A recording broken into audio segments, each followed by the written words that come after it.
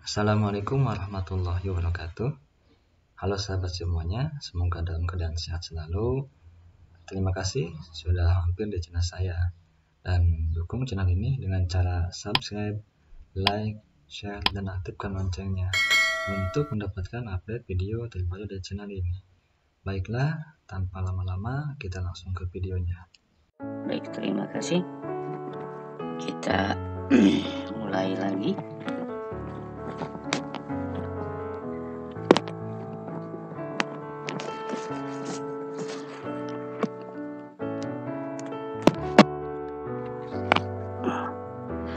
Kita mulai dengan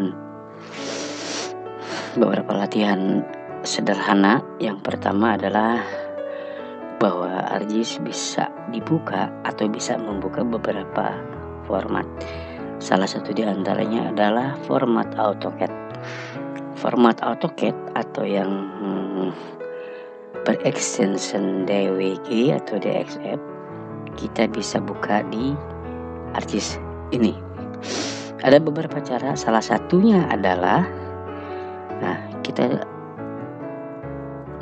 kita lihat di sini ada satu file AutoCAD di mana data tersebut merupakan data-data bidangan.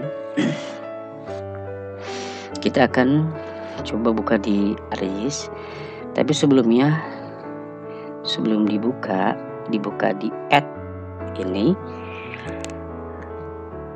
Format AutoCAD itu sudah mempunyai sistem koordinatnya masing-masing, dan untuk mendefinisikannya di ArcGIS kita harus membuka Ars Toolbox dan kita buka di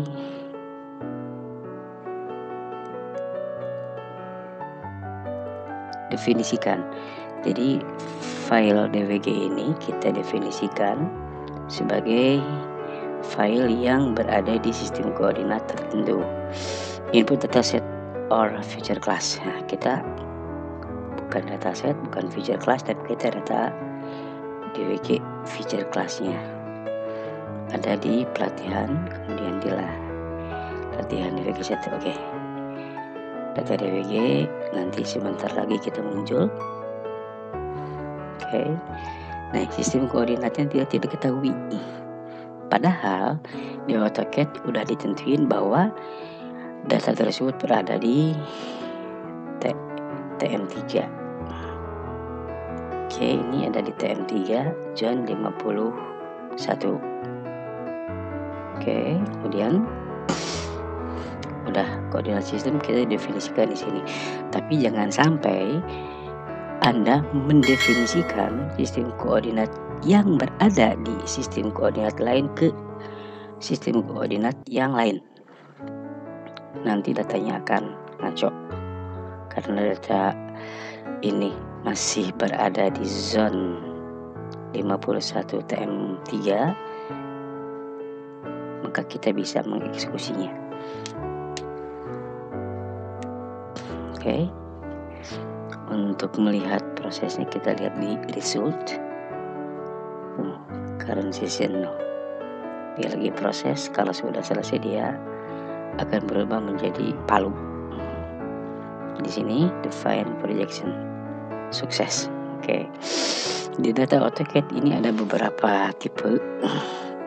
Pertama data point, kemudian data polyline, polygon, multipatch, dan anotasi. Untuk pengambilan data di ArcGIS kita hanya mengambil data polyline-nya saja. Kenapa? Sebab kalau toh itu ada data polygon, tetapi data tersebut masih terakomodir di polyline. Coba kita contoh lihat, ini kan ada masih data polygon. Kalau saya munculin data polyline, kemudian saya hilangin data polygon, ya kan, dia sudah terakomodir di tipe polyline. Maka untuk polyline kita ambil data dari ArcGIS ini, kita konversi, kita data, kita ekspor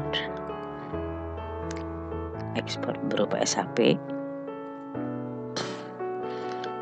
di pelatihan. Kemudian kita buat namanya latihan 1. Karena ini berupa polyline, maka nama belakangnya supaya kita bisa mengidentifikasi, tolong buat nama file yang lain daripada yang lain. Line artinya garis. Save. Oke. Export akan ditampilkan di layar. Oke. Kemudian kalau seandainya kita tutup data DVG ini, kita lihat ketika kita klik 2 kali atau kita properties, kita lihat di source, maka sistem koordinatnya sudah berada di 51 TM3. Oke. Kemudian untuk data selanjutnya kita akan mencari data point. Di AutoCAD juga di sini kan ada data pointnya nih, atau data anotasi. Sebenarnya ada, coba kita muncul ini kan. Cuman dia masih berupa anotasi yang berdiri sendiri. Kita akan konversi data ini, anotasi ini. Maaf, ada gangguan internet. Kita akan konversi ke data point berupa SHP. Kalau saya sering menggunakannya menggunakan software yang lain, yaitu saya sering menggunakannya Global Mapper. Mau versi berapapun tidak masalah. Oke, kita akan mengambil data poinnya aja, baik itu poin, anotasi, kita bisa ambil di sini di pelatihan data DVG-nya yang kita buka. Oke. Projection, setiap kali pembukaan data di Mapper, di Global Mapper, dia akan menanyakan di mana posisinya. Ternyata data itu kan udah berada di TM3 kan. Kemudian skala faktornya ini sama dengan skala faktor atau kriteria di TM3. Ini center meridiannya 15,5. Anda nanti bisa mempelajarinya di session selanjutnya. Oke, kita langsung eksekusi. Oke, datang keluar kan. Sebenarnya data ini udah ada sama dengan yang lain, cuman kita akan ekspor data ini menjadi data point. Oke, kita zoom extend di ini, biar aja posisinya seperti itu. Kemudian file, export vector format. Kemudian destination-nya berupa format save file. Oke. Kemudian di sini ada 1, 2, 3 area, line atau point. Kalau seandainya data di Global Mapper menunjukkan 1, 2, 3-nya lah, berarti data areanya ada, tipe lainnya ada, dan tipe poinnya juga ada. Kita akan mengekspor hanya poinnya aja. Select. Kemudian simpan di data mana? Di D, pelatihan. Saya simpan di pelatihan. Namanya sama, cuman belakangnya kita rubah jadi poin.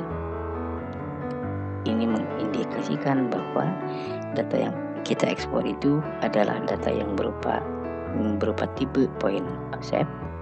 Oke. Tunggu beberapa saat. Oke, udah terproses. Oke, kemudian ini zoom. Kemudian kita buka juga di ArcGIS, tapi bukanya tidak di add. Kita harus mendefinisikan dulu define projection-nya. Nah, ini udah terbentuk latihan poin. Oke, kemudian kita add koordinat sistemnya kan, Smart Mercator. Kita rubah menjadi TM3. Formatnya format ArcGIS. Itu tadi betul TM3, tapi formatnya format Global Mapper. Oke, sampai dia keluar, udah keluar dia kan. Nah, kita lihat di poin open attribute table ini. Di dalam poin itu ada beberapa layer.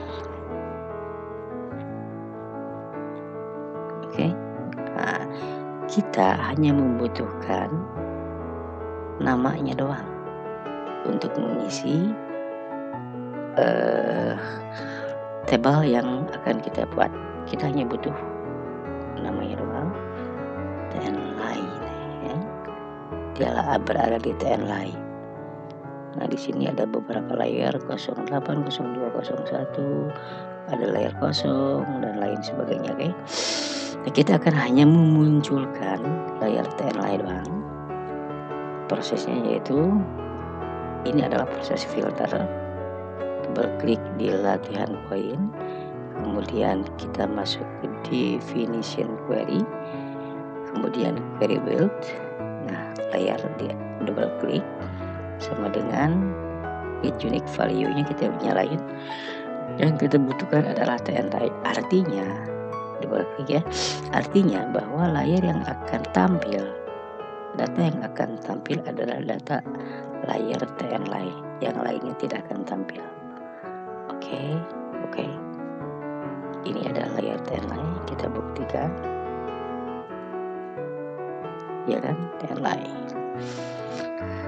Untuk garis juga. Oke, kita garis. Ini ada beberapa layer. Kita hanya membutuhkan. Coba kita lihat di open attribute table. Kita lihat juga ada 02, 01, 00. Banyak layer. LB line dan lain sebagainya. Kita hanya membutuhkan layer 02, 01, 00. Kebanyakan. Nih, 02, 01, 00. Ini adalah layer bidangan. Oke, semuanya sudah terbuka. Coba kita cek apakah data ini keluar dari jalur navigasi poinnya. Oke, kita coba dibuat. Kita edit ya. Kemudian kita munculkan layer table feature-nya. Di sini mulai SDN. Ini butuh nggak? Kita nggak butuhin kan? Baik, kita hapus saja. Ini berada di luar area yang akan kita buat region. Ini musola Darut Jemaah. Nah, kita gabungkan.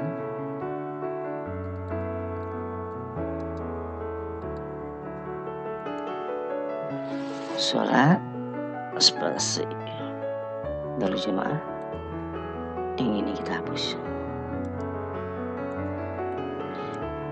Pengecekan ini dimaksudkan supaya ketika kita membuat poligon, nama-nama ini masuk ke dalam poligon itu sendiri. Jangan sampai tertukar nama. Oke. Dalam satu poligon harus ada satu nama yang sama. Harus ada satu nama. Kalau banyak akan jadi masalah, salah sama namanya. Ini dikhawatirkan dia keluar. Kita masukin di tengah. Ini lorong nggak apa-apa, biarin aja. Asal tidak masuk ke dalam area yang akan kita buat region. Ini takut keluar nih. Klik, kita keluarin. Apa nih? Jauh.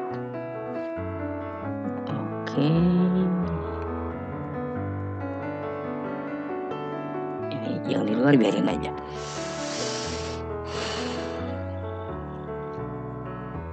Yang penting dalam satu poligon ini nanti akan ada satu nama. Oke, selesai. Kita udah selesai pengecekannya. Editor, save editing, stop editing. Kemudian proses selanjutnya adalah kita akan membuat region dari latihan satu line dan latihan satu poin. Di mana di dalam region ini akan mencakup, membuat satu region dengan nama yang ada di poin. Oke, kita coba. Kita masuk ke Artist Toolbox, kemudian kita masuk ke Feature, kemudian langsung ke Feature to Polygon. Nah, input feature-nya kita ambil data garis. Garisnya yang akan kita buat polygon itu adalah garis line ini kan. Udah satu aja cukup. Kemudian nama filenya apa? Usahakan nama file itu bisa diidentifikasi dan tidak melirikkan, membuat pusing orang lain. Ini kan dia akan menghasilkan poly nih. Kita buat filenya ganti jadi poly, latihan 1 poly, dia merupakan polygon. Oke. Kemudian di sini harus dibuat juga label feature-nya. Kalau tidak diambilin berarti dia hanya membuat polygon aja tanpa ada nama. Kita joinkan dengan latihan 1 poin yang tadi udah kita filter. Oke, udah.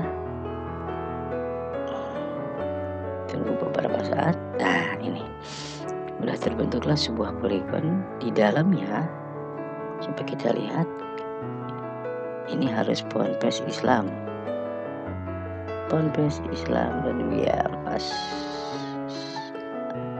Sviti. Oke. Nah, udah berarti kan udah masuk nih. Namanya ada nama layarnya ada. Kita tidak butuh layar, kita hanya butuh nama aja. Oke, ini adalah salah satu cara bagaimana kita membuat polygon yang di dalamnya ada informasi nama sesuai dengan poin yang ada. Kita coba lagi.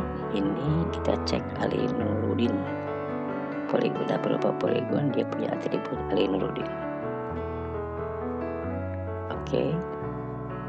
Nah, untuk pemula itu aja mungkin yang bisa saya sampaikan. Terima kasih atas perhatiannya. Besok kita akan coba untuk menggabungkan data ini menjadi beberapa objek.